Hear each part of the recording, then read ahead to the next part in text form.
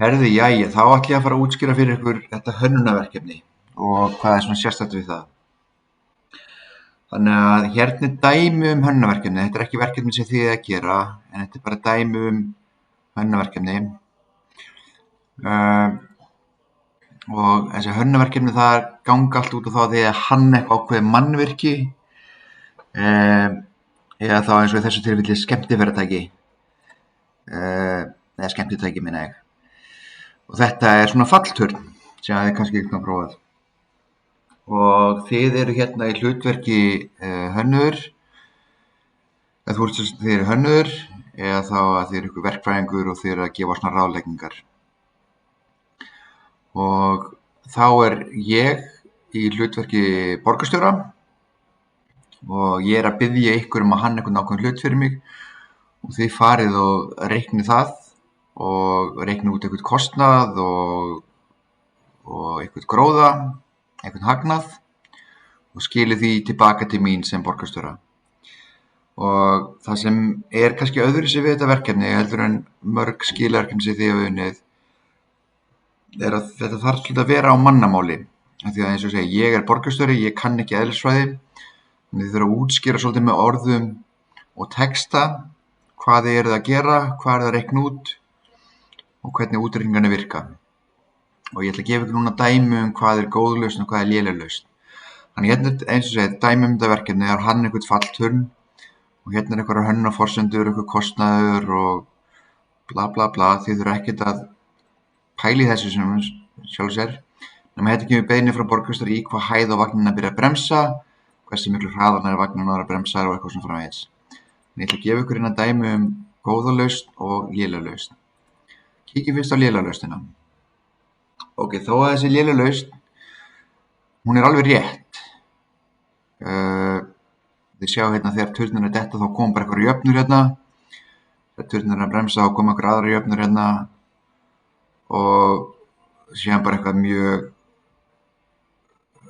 örstutt hérna hraðinn er þetta en það er ekkert að mannamáli, þið sjáu það er alveg máli, það er ekkert að mannamáli, þetta er bara útreikningar.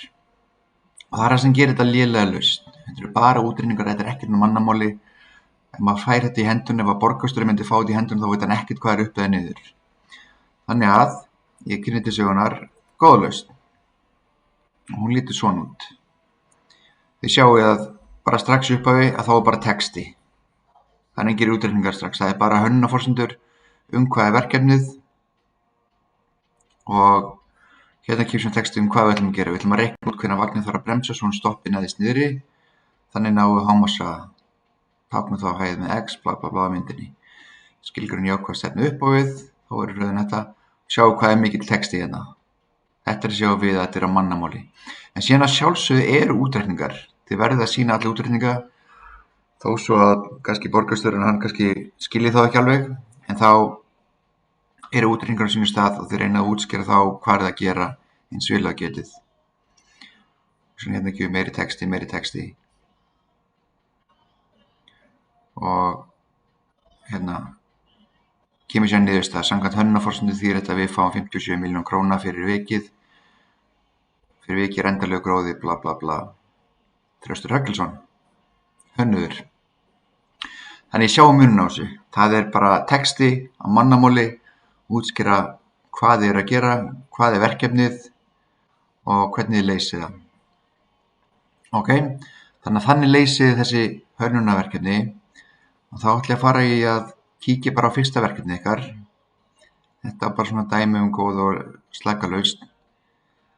Það er komið inn fyrsta hönnunarverkefnið og það er að búa til flugvallabraut. Þetta hönnunarverkefni gengur út á það að það er verið að byggja upp ferðamannaiðnað á einhverjum eyjum og ég er borgarstjórinn á þessari eyju og ég ætla að byggja upp eins og segja ferðamannaiðnað og þið eruð mínir starfsmenn og þið að hanna þessi mannverki. Og fyrsta mannverki er flugvöllur og þurfum að hafa eins og segir hann að fyrsta verk okkar er að tryggja að ferðamenn geti komið til okkar glæsilega borgar með því að hanna flugvöll. Hönnun á byggingum og breidd flugbrautar er frágengið, en lengd flugbrautar er þitt ákvarða. Þannig að það er markmiðið hérna. Hvað á þessi flugbraut að vera löng? Ok, og lengd flugbrautanna fer algjörlega eftir eiginleikum tveggja flugvéla sem við getum valið um. Þannig að það eru tvær flugvélar, flugvél A og flugvél B, og við getum ráðið hvort við ætlum að fá flugvél A til þess að lenda á flugvélunum eða flugvél B. Og það sem þú vilt gera, þú vilt fá flugvél sem krefst minni flugbrautar, af því að það kostar minna. Því styttri flugbraut, því minni kostnaður og því betra. Nú hérna með flugvél A, hérna er nauðsynlegur hraði við flugtak, það er að segja þegar flugvélin er stopp, hún gefur í, þá þarf hún að komast á þennan hraða til þess að taka á loft. Ok, og flugvélin er með einhvern ákveðin hröðun, þannig að hún er að gefa svona hratt í þegar hún er að taka á stað, og flugbrautin þarf að vera svona breið fyrir flugvél A. Flugvél B, hún þarf að komast hraðar, en hún er með meiri hröðun, hún er fljótari að gefa í, en hún þarf hins vegar aðeins breiðari flugbraut.